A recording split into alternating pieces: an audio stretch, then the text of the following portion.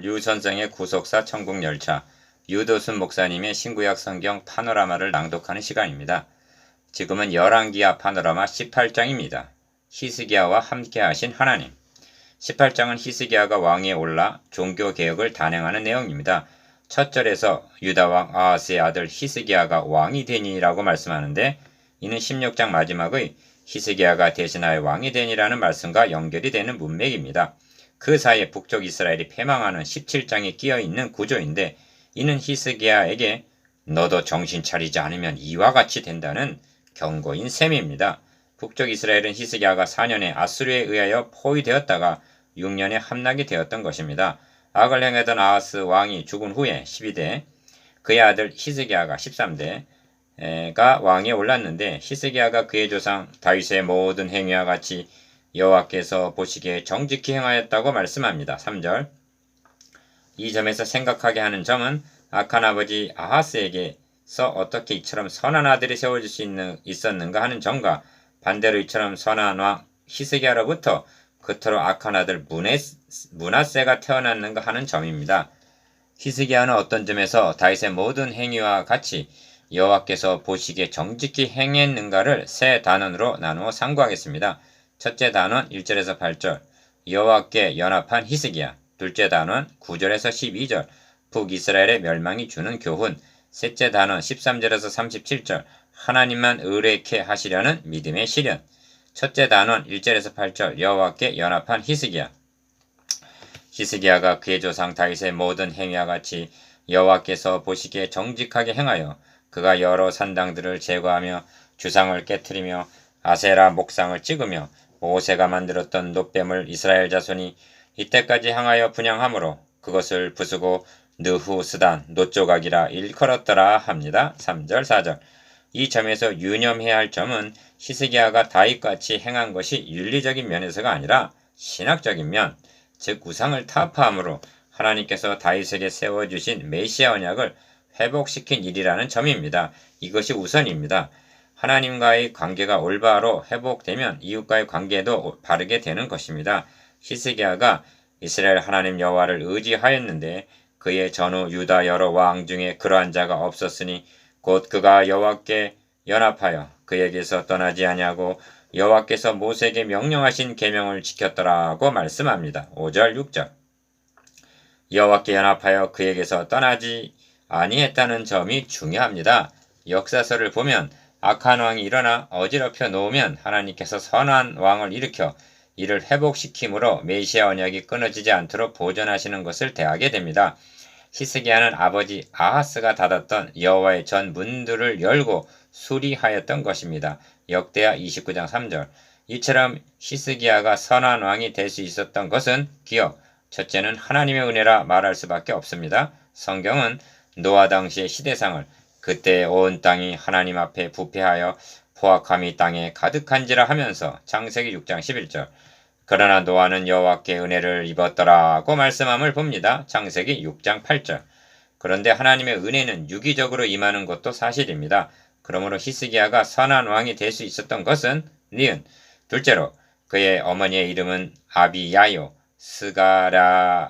스가리아의 딸이더라 2절 라고 한 어머니 아비야의 가마가 컸으리라고 여겨집니다.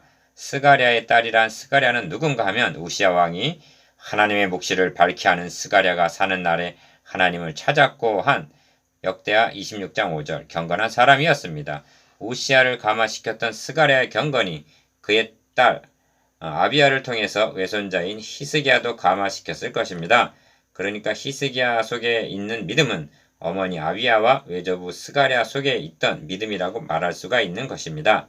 디귿 셋째로 이사야 선지자의 영향이 컸으리라고 여겨집니다. 성경은 이러므로 히스기야 왕이 아모스의 아들 선지자 이사야로 더불어 하늘을 향하여 부르짖어 기도하였더니 라고 말씀합니다.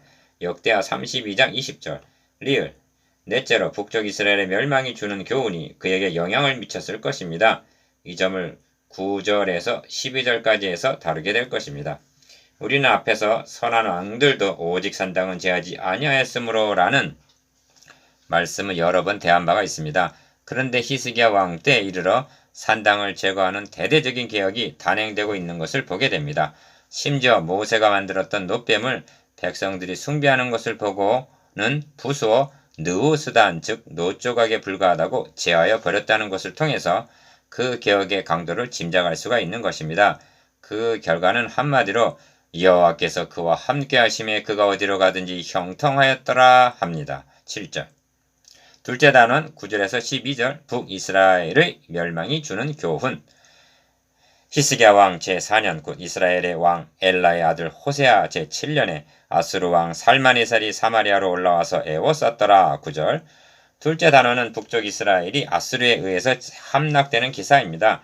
그런데 그 내용은 이미 17장 전체를 통해서 말씀한 바가 있는데 다시 언급한 의도가 무엇인가? 우리는 17장 19절에서 유다도 그 하나님 여호와의 명령을 지키지 아니하고 라고 경고하는 말씀을 대한 바가 있습니다. 이스라엘은 심판하시고 유다는 그대로 두심이 그들보다 선하기 때문이 결코 아니었습니다. 그러므로 하나님께서는 이스라엘의 멸망이라는 사건을 통하여 만일 유다도 회개치 아니하면 이와 같이 재앙을 받으리라는 경고적인 의미로 주어진 것입니다.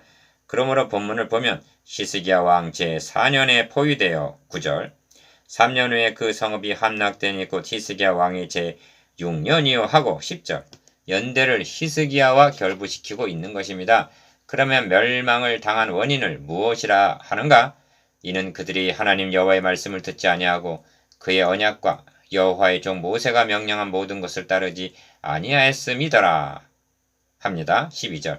이것이 북이스라엘의 멸망이 주는 교훈입니다. 셋째 단어 13절에서 37절 하나님만 의뢰케 하시려는 믿음의 시련.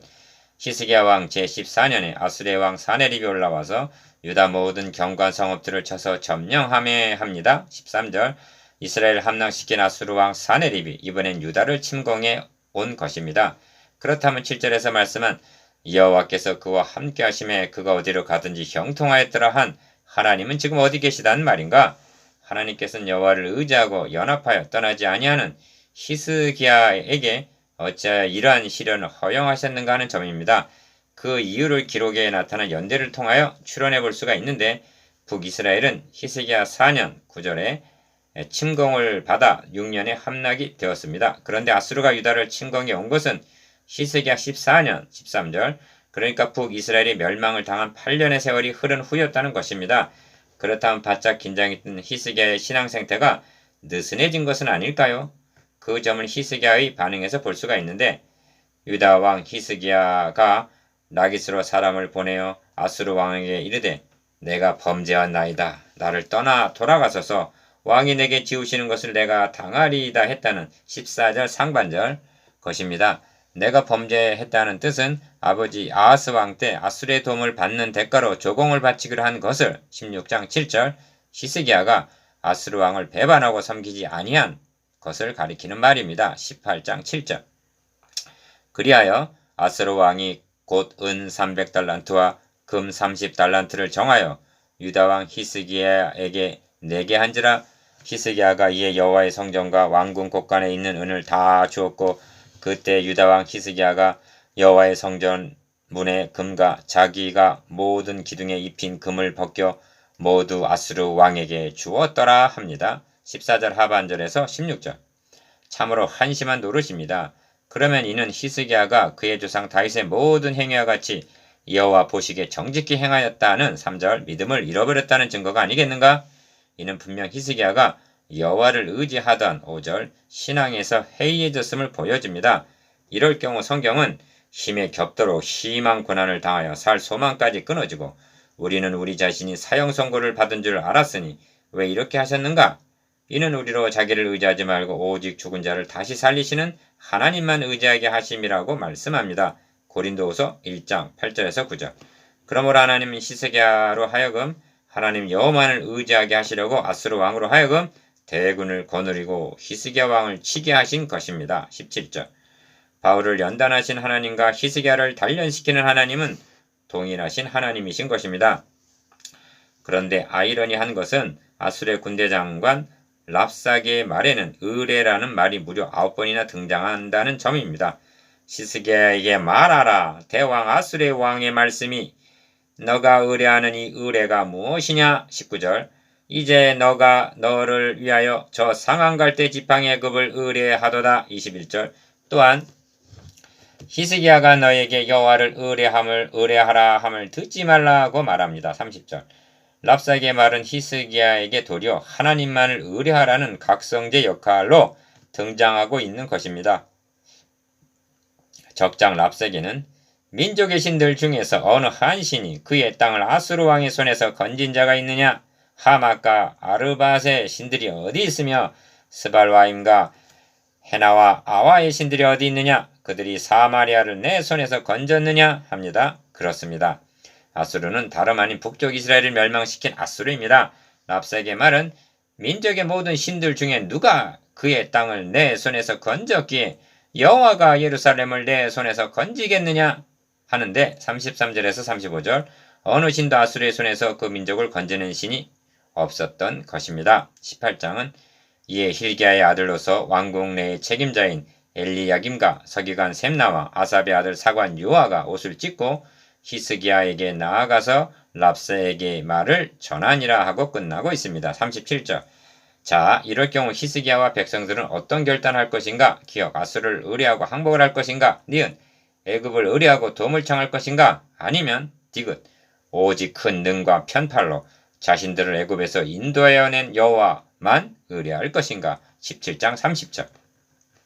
5절에서는 히스기야가 이스라엘 하나님 여호와를 의지하였는데 그의 전후 유다 여러 왕 중에 그러한 자가 없었다고 말씀했는데 이제 히스기야는 그리고 우리는 여호와만 의뢰할 것인가?